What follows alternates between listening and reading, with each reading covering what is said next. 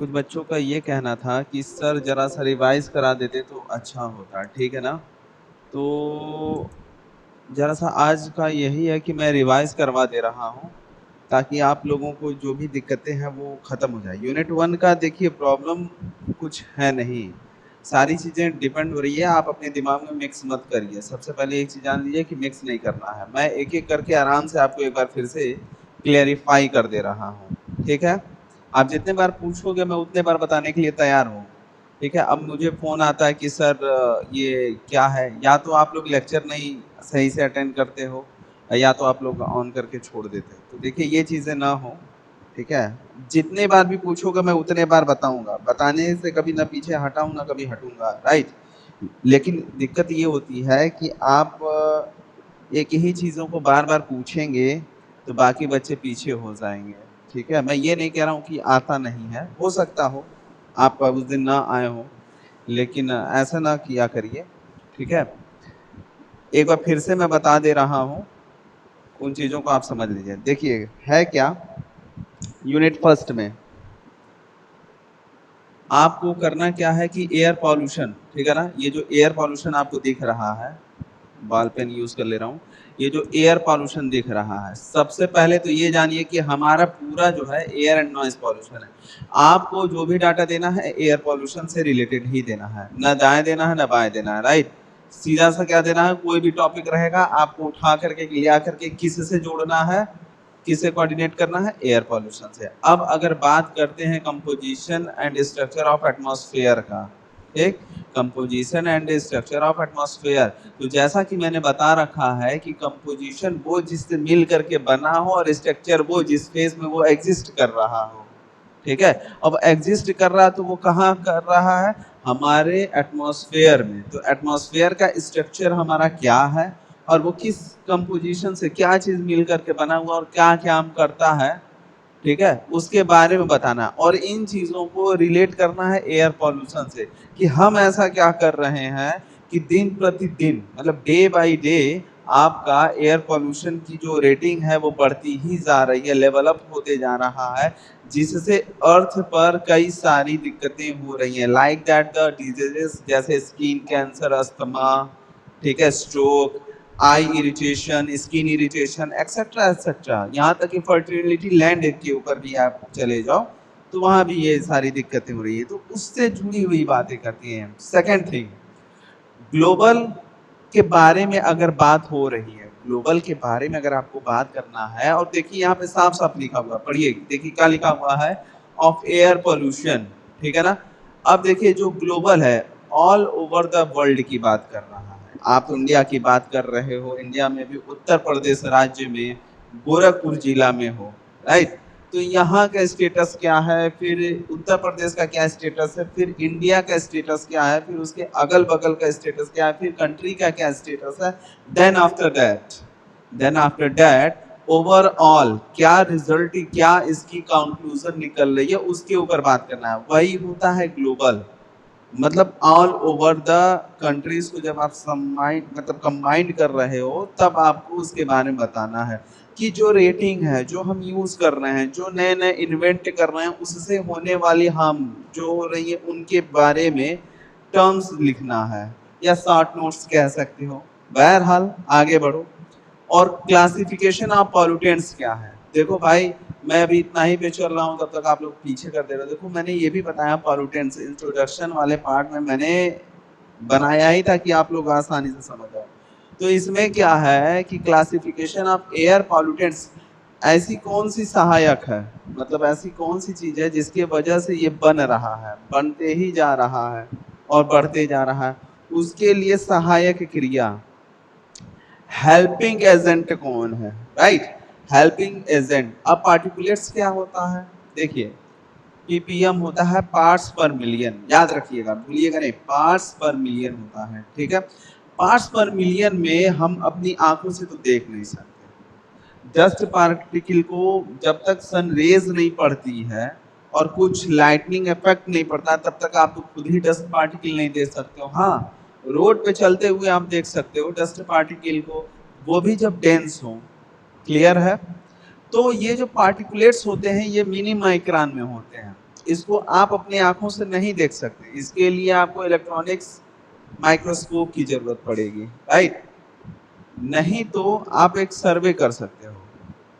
तो देखो उसमें जो गैस के एलिमेंट होते हैं, आराम से बता रहा हूं, जो गैस के एलिमेंट होते हैं उन पर टर्म्स एंड शॉर्ट नोट्स लिखना है जो कि एयर पॉल्यूशन से रिलेटेड है। लाइक दैट, जैसे कार्बन डाइऑक्साइड, कार्बन मोनोऑक्साइड। अगर मैं बात करूं, फिर से बोल रहा हूं, अगर मैं बात करूं गीडा की, तो गीडा में हमारा कॉलेज है, राइट।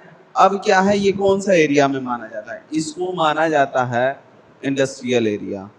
क्यों? क्योंकि ऑलरेडी ये घोषित हो चुका है कि इंडस्ट्रियल एरिया है तो यहाँ पे पॉल्यूशन होना है। इतना ये जान लीजिए, यहाँ पर पॉल्यूशन आपका होना है, ठीक है। तो आपको इसी बारे में तो समझना है कि किस तरीके से आप रिप्रेजेंट कर रहे हो।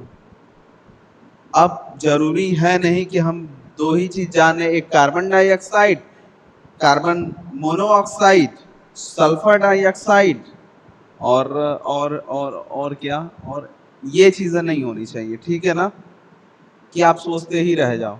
आपको पता होना चाहिए, डेटा सेट आपको याद होनी चाहिए कि इसके मेन मेन कारण क्या हैं, किसके वजह से हो रहा है। सबसे बड़ा फैक्टर क्या है? Fossil fuel. फॉसिल फ्यूल में कौन कौन से होते हैं? जैसे केरोसिन हो गया, डीजल हो गया, पेट्रोलियम हो गया। पेट्रोलियम में कौन सा तुम देख ले रहे हो? पेट्रोलियम का मतलब एक इसके टर्म्स आते हैं, जैसे केरोसिन, डीजल, ये पेट्रोलियम के एक पार्ट है, लेकिन ये सेकेंडरी पार्ट है, प्राइमरी पार्ट नहीं है। प्राइमरी पार्ट में तुम्हारा आ जाता है क्या? वाइट पेट्रोल, ठीक है, लिक्विफाइड पेट्रोल, ठीक है, उस लिक्विफाइड पेट्रोल वही एलपीजी, ठीक। और तुम्हारा क्या कहते हैं, और मेथेन वाली पेट्रोल हो गई जिसमें मेथेन मिला रहता है, तो जो कुछ पीला दिखता है। इस तरह के पेट्रोल की बारे में बात करो तो उससे जो सिलेंडर में भरा जाता है, मतलब जो उसके चैम्बर होते हैं उसमें जो भरा जाता है, उससे जो रिड्यूस हो रहा है, मतलब क्या, उससे जो रिड्यूस हो रहा है, क्या रिड्यूस हो रहा है, क्या इमिट हो रहा है, ठीक है, ये आपको पता होना चाहिए। रिड्यूस क्या हो रहा है? पेट्रोल रिड्यूस हो रहा है। इमिट क्या हो रहा है? कार्बन मोनोऑक्साइड हो रहा है, कार्बन डाइऑक्साइड इस तरीके से निकल रहे हैं, उससे कोलैब कर रहे हैं। कार्बन डाइऑक्साइड, जैसे तुम उसको लकड़ी को जलाने के लिए तुमने पेट्रोल या केरोसिन का यूज कर लिया हो, या गैसोलीन का यूज कर लिया हो, चारकोल का यूज कर लिया हो, कोयले का यूज कर लिया हो, many kinds of thing, okay. अब इसमें जो छोटे छोटे होते हैं, जो हम सांस लेते हैं, मतलब ब्रीदिंग का वर्क करते हैं, जो हमारे सिस्टम बना हुआ है, बॉडी का सिस्टम जो है ब्रीदिंग का, सांसों के द्वारा जाता है, ब्रीदिंग करते हैं, आगे जो चेस्ट होती है, लंग्स, उसमें जाके स्टक कर जाती है, हमारे डब्ल्यूबीसी में आकर के इफेक्ट डालता है। कई सारे टर्म्स एंड कंडीशन है। सल्फर डाइऑक्साइड जो इंडस्ट्री से निकल रही है, बारिश होने का कारण है, नॉर्मल सी चीजें हैं, कंफ्यूज होने वाली बात नहीं है। चलिए हम आगे बढ़ रहे हैं, राइट। अब ये तो हो गया पार्टिकुलर्स का। अब हाइड्रोकार्बन के बारे में मैं बता दूं। देखो हाइड्रोकार्बन है क्या चीज? सिंपल सी चीज है हाइड्रोकार्बन, ठीक है ना। हाइड्रोकार्बन क्या करता है कि जो कार्बन का फॉर्म होता है वो बॉन्ड बना लेता है। सिंपल सी समझना, हाइड्रोकार्बन कार्बन का जो बॉन्ड होता है उससे बना लेता है। क्लियर है? हाइड्रोजन को भी ध्यान में रखना है ना हमें। क्यों? मैंने जब एक वीडियो दिखाया था तो उसमें क्या दिखाया था? ऊपर सबसे क्या है? एग्जोस्फेयर में, एग्जोस्फेयर में हीलियम, हाइड्रोजन है। तो अगर कोई उल्का पिंड, कॉमेट, मीटियोराइट्स, ठीक है, अगर वो गिर रहा है तो उसके ऊपर सबसे पहले कौन सा ट्रीटमेंट होगा? थर्मोस्फेयर में थर्मल ट्रीट होगा, right. Then after that mesosphere में कूल ट्रीट होगा। अब वो क्या करता है? 80 किलो कैलोरी को ले लेता है, कूल ट्रीट होता है। Exosphere, thermosphere, mesosphere, ionosphere, stratosphere, troposphere, right. उसके बाद earth surface, then after that sea level. Confusion कहाँ है? किलोमीटर पूरा है, आप पीपीटी पढ़िए, पूरा बकायदे बताया हूँ, एक एक चीज बताया हूँ, ठीक है। अब बात करते हैं कि कार्बन मोनोऑक्साइड होता कहाँ से है। देखो भाई CO2 जो है, कैसे कार्बन मोनोऑक्साइड, उसके पास एक कार्बन दो ऑक्सीजन होते हैं, एक कार्बन दो ऑक्सीजन होते हैं। तो कैसे वो कार्बन मोनोऑक्साइड में बदल रहा है, उसकी जो ऑक्सीजन की टू है, जो टू मॉलिक्यूल्स है, वो जा कहाँ रहे हैं, इसके बारे में आपको देखना है।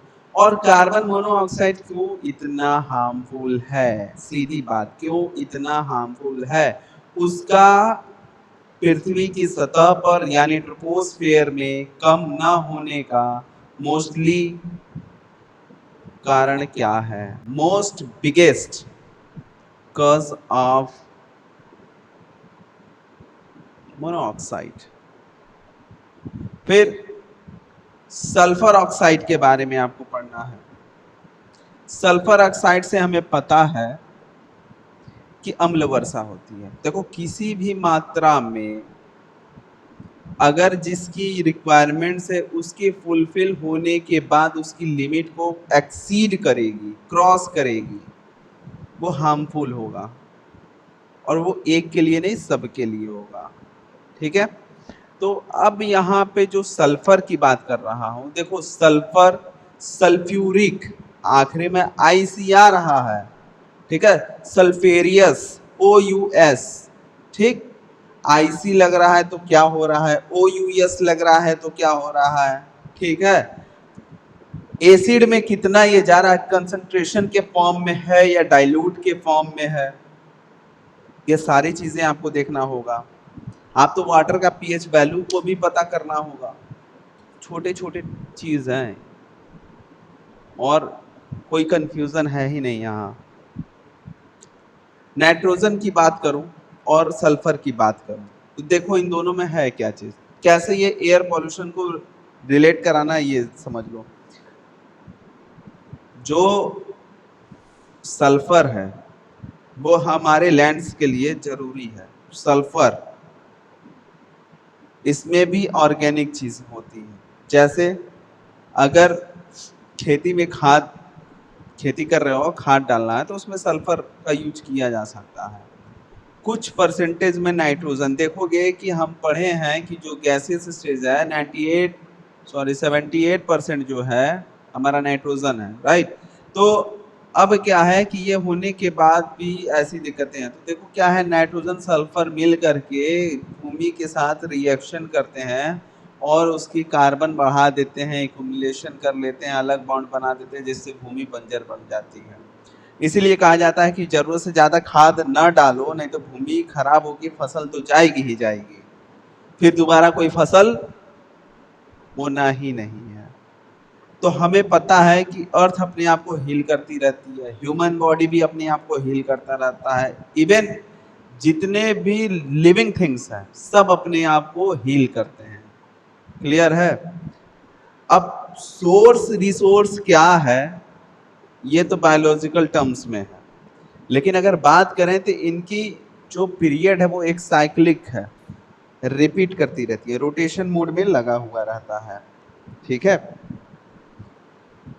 रोटेशन मोड में लगा होता है। तो क्या है कि सल्फर जो है भूमि से क्लैश करता है, उसकी रिक्वायरमेंट को पूरी करता है, लेकिन जब बारिश होती है तो वही तो वेपराइजेशन बन करके बाहर जाता है, वही भोजन में भी तो आता है, हम खाते क्या है, पीते क्या है, इंपीरियल इम्पैक्ट देखो फिर सेम दोनों का, सल्फर का नाइट्रोजन का यही काम है। एंड एटलीस्ट अगर बात करें लास्ट बट वन लिस्ट, तो देखो क्या है, फोटोकेमिकल ऑक्सीडेंट। फोटोकेमिकल ऑक्सीडेंट के कई सारे वजह हैं, एक वजह हो तो बताएं। ये जितने भी sulphur, nitrogen, carbon monoxide, hydrocarbon etcetera etcetera, various type of gas जो हमारे एटमॉस्फेयर में है और जो हमारे द्वारा प्रोडक्शन किया जा रहा है, इमिट हो रहा है, या किसी नई चीज़ों का हम इन्वेंशन कर रहे हैं, उसके आगे का हम सोच नहीं रहे हैं, तो फैक्ट तो इस पे पड़ेगा ही। तो कहने का क्या सीधा सीधा मतलब है कि आपको इंडोर प्रॉब्लम और आउटडोर प्रॉब्लम दोनों को लेकर के चलना है। ठीक है, चाहे आप एरिया लेवल देखो, एरिया में आप ये देख सकते हो कि रूरल है या अर्बन है। दूसरा ये देखो डिस्ट्रिक्ट लेवल पे, उसके बाद स्टेट लेवल पे, कंट्री लेवल पे, फिर all over the country level पे, फिर वर्ल्ड पे काउंट होना ही होना है।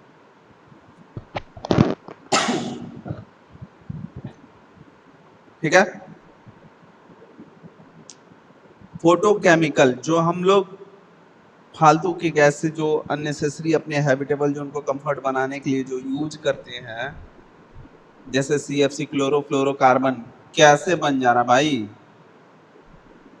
यही सब स्ट्रेटोस्फेयर में और ट्रोपोस्फेयर में आकर के फोटोकेमिकल आकर के इकट्ठा हो रहे हैं, सांस लेने में दिक्कत, ऑक्सीडेंट अलग, कई सारी चीजें कर रहे हैं, ये सब है।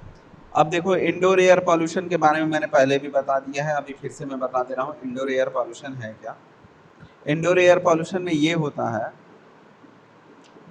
कि आपको सीधा सीधा जो भी कंस्ट्रक्शन किए पड़े हो, जो भी घरों के अंदर की बात हो या ऑफिस के अंदर की बात हो या किसी की हॉस्पिटैलिटी की बात हो, इवन कुछ भी हो, उसके अंदर का क्या माहौल है और उसके बाहर का क्या माहौल है। यहाँ पे अगर मैं अकेला इस रूम में हूँ नाउ ए डे, ठीक है, तो मेरी जो ऑक्सीजन की बॉडी की या मेरे ब्रेन की जो भी ऑक्सीजन डिमांड है, कितना परसेंट फुल हो रहा है, फुलफिल हो रहा है। ब्रेन को 22% ऑक्सीजन की रिक्वायरमेंट होती है, जो ह्यूमन ब्रेन है 22% ब्रेन को ऑक्सीजन चाहिए। मीडियम वो अपना खुद बना लेता है, चाहे आपके पानी पीने से शरीर में हो या बाहर से हो, उसको वो चाहिए चाहिए।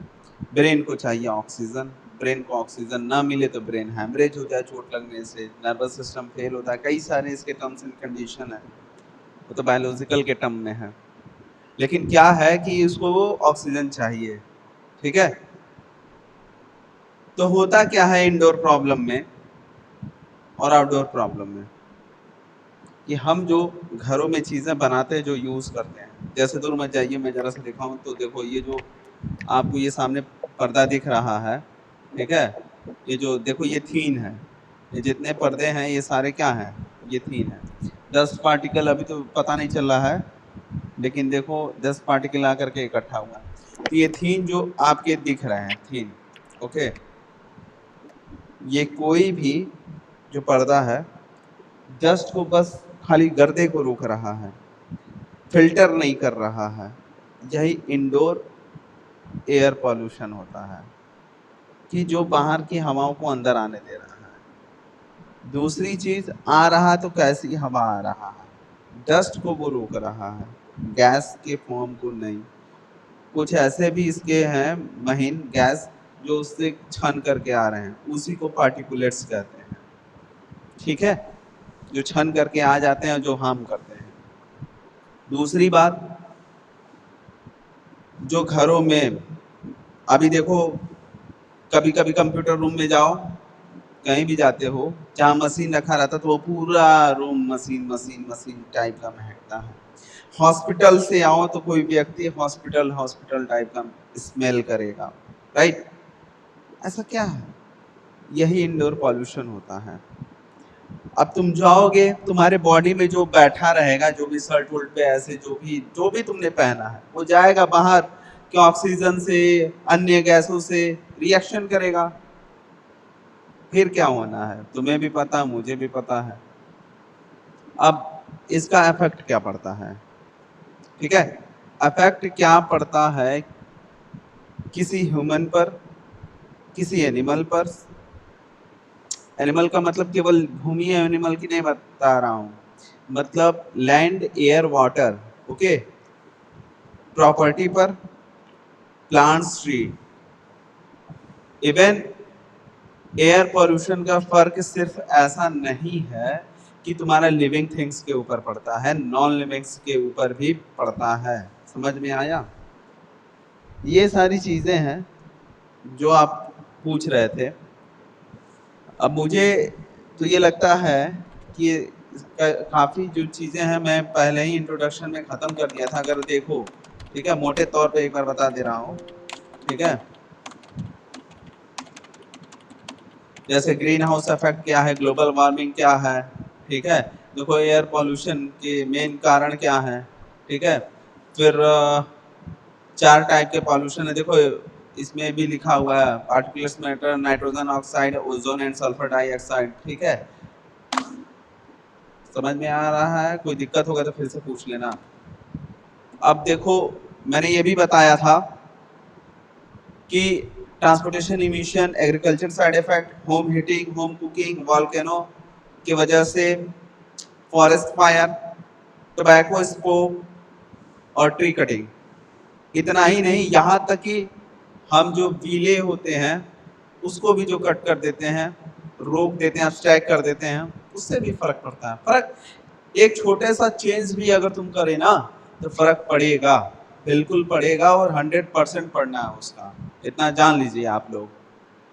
ट्रांसपोर्टेशन में मैंने आपको बताया था कि किस तरीके से, मैंने वीडियो भी दिखाया, फिर से मैं दिखा दूंगा। अब मैं एक काम करूंगा, आप लोगों के लिए अलग अलग से एक टॉपिक का पीपीटी, उसका वीडियो अलग से बना दूंगा ताकि किसी को फिर कोई दिक्कत ना हो, समझ में आ जाए आप लोगों को, यही मैं चाहता हूँ। मेरे बार बार कहने का कोई गलत मतलब ना निकालें। देखिए एग्रीकल्चर वाला क्या सिस्टम था कि देखो एग्रीकल्चर का तो मैंने तो बता दिया कि इस तरीके से हार्म करता है, और खाद का जो हम लोग यूज करते हैं तो वही सल्फर डाइऑक्साइड बनाने का काम करता है, सल्फर से सल्फ्यूरिक हो जाता है, ठीक है, फ्यूरियस भी हो सकता है, सल्फ्यूरियस। तो अब क्या है, डिपेंड तो ये कर रहा है, लेकिन इसमें एक और रोल है, फॉसिल फ्यूल। फॉसिल फ्यूल क्या है? फॉसिल फ्यूल भाई आप जनरेटर में यूज तो कर रहे हो, जनरेटर में यूज कर रहे हो कि नहीं कर रहे हो? जनरेटर में यूज कर रहे हो फॉसिल फ्यूल। दूसरा, टरबाइन सिस्टम को इंस्टॉलेशन, पानी को एक जगह से दूसरी जगह पर ट्रांसपोर्ट करने के लिए जो भी आप सिस्टम ले रहे हो उसमें भी तो डीजल ही चला रहे हो, वो निकाल क्या रहा है? ये देखो, फर्टाइल लैंड को जब आपको जोतने की जरूरत पड़ती है, खेती करने की जरूरत पड़ती है, क्या चलाते हो आप? ट्रैक्टर चलाते हो। क्या लेता है वो? अगल बगल पेड़ होते हैं, फिर क्या क्या इफेक्ट पड़ता है? तो कह दो कि सर तो फिर हम कुछ यूज ही ना करें, नहीं करिए, लेकिन चीजों को सुधारने की जरूरत है। कौन सुधारेगा? नॉन टेक्निकल बंदा तो सुधारेगा नहीं, ठीक है, टेक्निकल ही सुधारेगा। तो समझो एक तरीके से बात हो रही है, टॉपिक डिस्कशन मैंने पहले भी किया था, अभी बस मैं समझा रहा हूँ इजी वे में कि आप लोगों को और भी अच्छे तरीके से समझ में आए। तो ये देखिए ना, कैसे हम BS5 को छोड़ दिए, BS4 से BS6 पे आ रहे हैं, जंप कर गए। तो धीरे धीरे किसी चीज की नॉलेज होती है, धीरे धीरे कोई चीज एक्सप्लोर होता है, एकाएक नहीं होता है, टाइम लगता है, लेकिन हो जाएगा। ये इसके तो इफेक्ट हैं जो मोटे तौर पे मैंने बता दिया आपको। होम हीटिंग के बारे में मैंने क्या बताया था कि घरों में जैसे ऑयल लगा, गैस लगा, कोयला पे यूज कर रहे हैं, लकड़ी पे खाना बना रहे हैं, एक्सेट्रा एक्सेट्रा। ये भी देखिए क्या लिखा हुआ है यहाँ पे, सल्फर डाइऑक्साइड बढ़ने के कारण है। अब आप कहोगे कि सर मैं एलपीजी ना यूज करके, आप कह रहे हो कि आप वो इलेक्ट्रिक वाला ले लूं,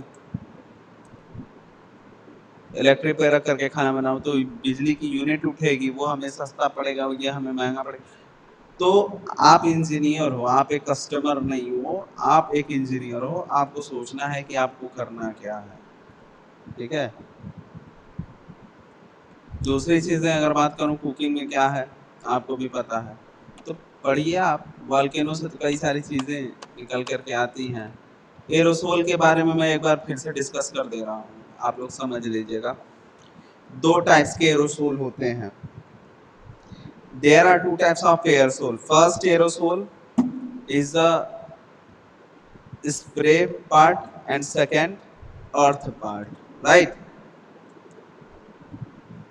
ये दो होते हैं।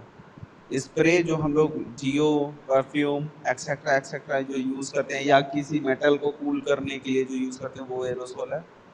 और एक पृथ्वी का एरोसोल है। पृथ्वी का एरोसोल खुद को हील करने के लिए काम आता है। अगर उसमें कुछ अगर बढ़ने लगा तो वो साइड इफेक्ट दिखाता है। सेम एज यही स्प्रे वाला है, क्लोरोफ्लोरोकार्बन को बढ़ाने का काम करता है। अब यहाँ पे देखो लास्ट में मैं बता दे रहा हूँ, देखिए लिखा हुआ है क्या कि minimum minimum air pollution car को देख करके सेव एनर्जी, ठीक है। फायर प्लेस, ये देखते जाइए। लोकल प्रोडक्शन, मीट, ये सब जो कच्चा मांस होता है इधर नहीं फेंका जाता है। रेज अवेयरनेस, सबसे ज्यादा तो उसी की जरूरत है, अवेयरनेस की। एयर प्यूरिफाइंग प्लांट्स, ऐसे कौन से पौधे लगाना चाहिए जो एयर प्यूरिफाइंग करे। जैसे पीपल उपल आप लगा सकते हैं, वो 24 आवर ऑक्सीजन देता है पीपल। नहीं पीपल लगा सकते हैं, वो तो पेड़ हो जा रहा है, तो आप ऐसे कटीले पौधे का यूज करिए जैसे साइकस टाइप के, जो कि एयर पॉल्यूशन को रोकने के काम आते हैं। साइकस बहुत अच्छा पौधे होते हैं। विंडो का यूज करिए, नेचुरल प्रोडक्ट्स लीजिए, एसेंशियल ऑयल को यूज करिए, ठीक है। रेडिएशन या इन सब चीजों से दूर भी रखना चाहिए। ये रेडॉन है, स्मोक घर के अंदर नहीं करना चाहिए, ठीक है। ह्यूमिडिटी को कम रखिए, ठीक है। वैक्यूम क्लीनर का भी कम प्रयोग करिए, ठीक है। डस्ट को हमेशा क्लीन करते रहिए। एयर प्यूरिफाई करने के लिए पर्दा का ही नहीं, सिलिकॉन लाइलान का लगा दे रहे हैं, अच्छी क्वालिटी का लगाइए। फिल्टर वाले जो रहे वो करें। अगर अब इसमें यूनिट 1 में अगर किसी को दिक्कत है तो भी ये बता देगा और उनसे बात कर लेगा, कोई दिक्कत नहीं है, ठीक है। मोटे तौर पे मैंने बता दिया है। फिगर आउट मैं कोशिश करूंगा कि एक स्लाइड आपके लिए बना दूं, पूरा फिगर आउट एक में हो जाए, एक में वीडियो पूरा चल जाए, और एक पीपीटी पे तो मिल ही रहा है, वो भी हो जाएगा। डोंट बी वरी, जैसा होगा आप लोग बताएगा अगर कोई दिक्कत हुआ तो।